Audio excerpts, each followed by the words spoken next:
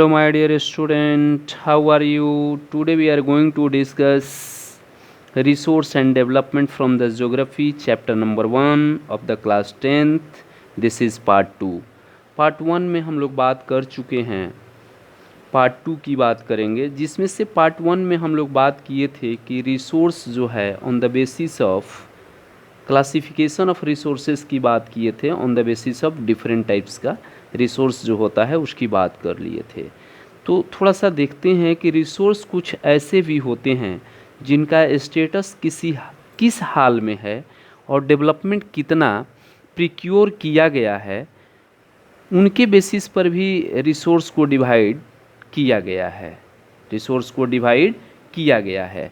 वैसा ही यहाँ पर रिसोर्स की बात हम लोग कर रहे हैं कि on the basis of status of development, इसके आधार पर, स्टेटस ऑफ डेवलपमेंट के आधार पर जो हमारा रिसोर्स है कितने तरह का है उसकी बात हम करने जा रहे हैं।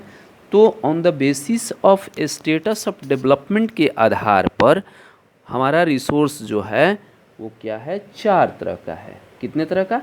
4 टाइप्स के रिसोर्स हैं। किसके बेसिस पर? On the basis of status of development के आधार पर हमारा जो रिसोर्स है वो 4 तरह का है। पहला है स्टॉक रिसोर्सेस, दूसरा है पोटेंशियल रिसोर्सेस, तीसरा है डेवलप्ड रिसोर्सेस एंड चौथा है रिजर्व रिसोर्सेस।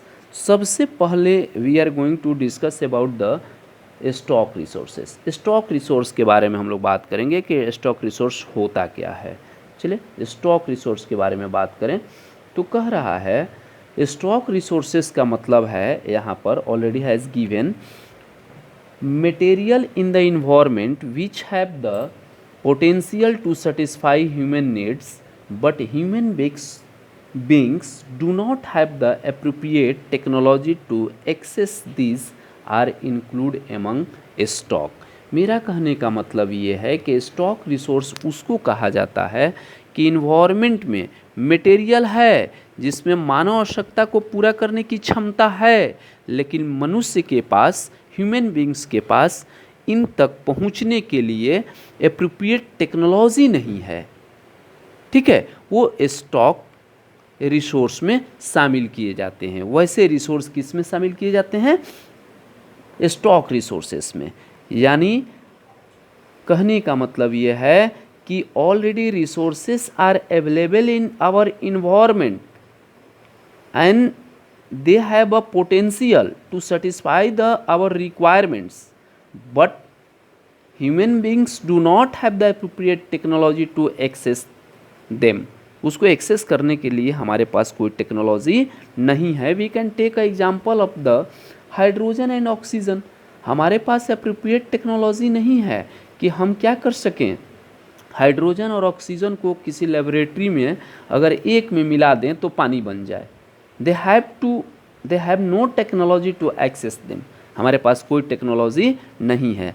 तो जब उस तरह के रिसोर्सेस हों तो उसको हम लोग स्टॉक रिसोर्स के अंतर्गत रखते हैं। Is it clear?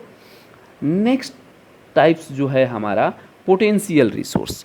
Potential resource का मतलब है कि उसके अंदर कुछ पोटेंशियल है, मीन्स ताकत है, कुछ क्षमता है।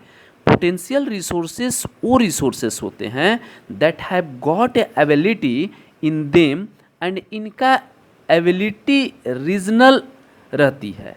क्या है? एबिलिटी रीजनल रहती है और ये हर जगह होते हैं, पर इनका इमीडिएट यूजेज नहीं होता है। ठीक है, इमीडिएट यूजेज नहीं होता है। यानी resource which are found in the region but have not utilize immediate, यानी इमीडिएट नहीं होता है। क्यों नहीं होता है? Because there is so many reason. So first things we can take a example wind and solar energy. Okay, potential resource का मतलब हम बोल रहे हैं कि वैसे रिसोर्स जो हमारे रीजन में तो अवेलेबल है लेकिन हम उसको यूटिलाइज नहीं कर सकते हैं। क्यों नहीं कर सकते हैं? तो लार्ज लेवल पर हमारे पास टेक्नोलॉजी नहीं है जिसके कारण हम यूज नहीं कर पाते हैं, यूज़ नहीं होता है उसका। अगर है भी तो उस तरह का टेक्नोलॉजी हमारे पास नहीं है जिससे हम यूज करें। अब मान लीजिए we can take a example of the Gujarat और राजस्थान का एरिया लिया जाए विंड एंड सोलर एनर्जी के लिए, तो एरिया तो अवेलेबल है, रिसोर्सेस भी हमारे पास है, लेकिन टेक्नोलॉजी उस तरह का नहीं है जिसके कारण से हम उसको एक्वायर नहीं कर पाते हैं। उसको हम क्या कहते हैं, पोटेंशियल रिसोर्स के कैटेगरी में रखते हैं। क्लियर है। उसके बाद हम बात करेंगे थर्ड में डेवलप्ड रिसोर्स की बात करेंगे। डेवलप्ड रिसोर्स क्या होता है इसको देखते हैं। डेवलप्ड रिसोर्स का मतलब होता है, इसको थोड़ा सा ध्यान से सुनिएगा। डेवलप्ड रिसोर्स हमें उस इन्वायरमेंट, ठीक है, हमें इस इन्वायरमेंट, इस नेचर से मिली हुई कुछ ऐसी चीज़ें होती हैं जो कहीं न कहीं हमारी सस्टेंसेंस के लिए बहुत इम्पोर्टेंट होती है। सस्टेंटेंस के लिए बहुत ही ज़्यादा ज़रूरी होती है, सस्टेंटेंस के लिए इम्पॉर्टेंट और हेल्पफुल होती हैं। यानी कहने का मेरा मतलब ये है कि रिसोर्स हमें इस इन्वायरमेंट में, इस इन्वायरमेंट से, इस नेचर से मिली कुछ ऐसी चीज़ें होती है जो कहीं न कहीं हमारे सस्टेंसेंस को क्या करती है, बहुत इम्पॉर्टेंट और हेल्पफुल होती है सस्टेंसेंस के लिए, यानी हमारे लाइफ के लिए। अब इनके अलग कैटेगरी भी होती है, अलग अलग तरीके से बाइफेकेट भी किया जाता है, बाइफेकेट किया जाता है।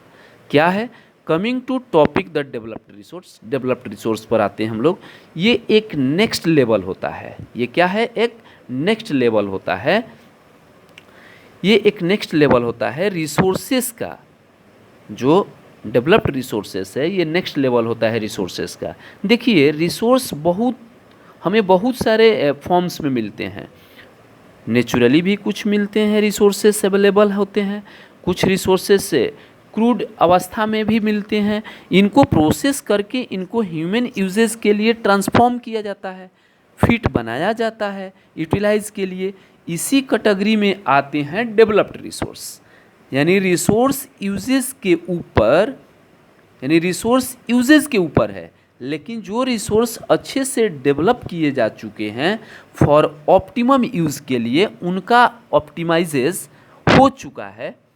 अब वो रिसोर्स अपने क्रूड फॉर्म में नहीं है। These resources are now ready to be used. इनके ऊपर जितना R&D करनी थी कर ली गई, पूरे सर्वे हो चुके हैं। इनका क्या आउटकम्स है, आउटकम्स क्या रहते हैं उनको देख लिया जाता है, और अब इनका ऑप्टिमाइज या ऑप्टिमम यूजेज हो रहा है। This uses and utilization optimization make them fit for this the uses. और इनमें से बहुत सारे ऐसे प्रोडक्ट्स हैं जो करेंटली इन यूज हैं, they all come from the categories of the developed resource. वो सब कहाँ से आते हैं, तो they all come the categories of development resources. इसलिए इनको हम लोग कभी कभी एक्चुअल रिसोर्स भी कहते हैं। दोस्तों हम अगर एग्जाम्पल दें तो पेट्रोलियम और नेचुरल गैस जो मुंबई के पास में समुद्र में कुछ दूरी पर एक ऑयल फील्ड है जिसे बॉम्बे हाई के नाम दिया गया है, वहाँ पर निकलने वाली पेट्रोलियम और नेचुरल गैस जिस तरीके से प्रोसेस होकर आज हमारे पेट्रोल पंप के थ्रू, हमारे LPG डीलर के थ्रू मिलती है, ये सब डेवलप्ड रिसोर्स के कैटेगरी में आते हैं। Is it clear? Developed resource यानी resources which are already survey and their quality and quantity have been determined for the utilisation coal and iron. ठीक है। उसके बाद नेक्स्ट जो हमारा रिसोर्सेस है वो रिजर्व रिसोर्स है। क्या है? Reserve resource. रिजर्व रिसोर्स का मतलब है कि reserve are the subset of the stock which can be put into the use with the help of existing technology. Now how but their use has not yet started. हम तो जान रहे हैं कि हम उसको कैसे एक्वायर करेंगे, उसको कैसे यूज़ करेंगे, यूटिलाइज करेंगे, लेकिन हम there uses has not yet start, लेकिन उसका यूजेज हम स्टार्ट नहीं किए हैं। यानी this can be use for creating future requirement, यानी उसको हम क्या करके रखे हैं, फ्यूचर रिक्वायरमेंट के लिए क्या करके रखे हैं, रिजर्व करके रखे हैं। यानी we can take an example of the river water for the hydroelectricity, means we have a technology but we are not use the technology to utilize, because everybody not effort the technology, या हो सकता है वो technology क्या है, costly है, इसीलिए हम उसको क्या करके रखे हैं, रिजर्व के रूप में रखे हुए हैं। तो इसको हम बोलते हैं रिजर्व रिसोर्सेज के नाम से जानते हैं। आई होप दैट आपको समझ में आया होगा। Thank you for watching me and listening me. Please subscribe my channel and please on the bell icon.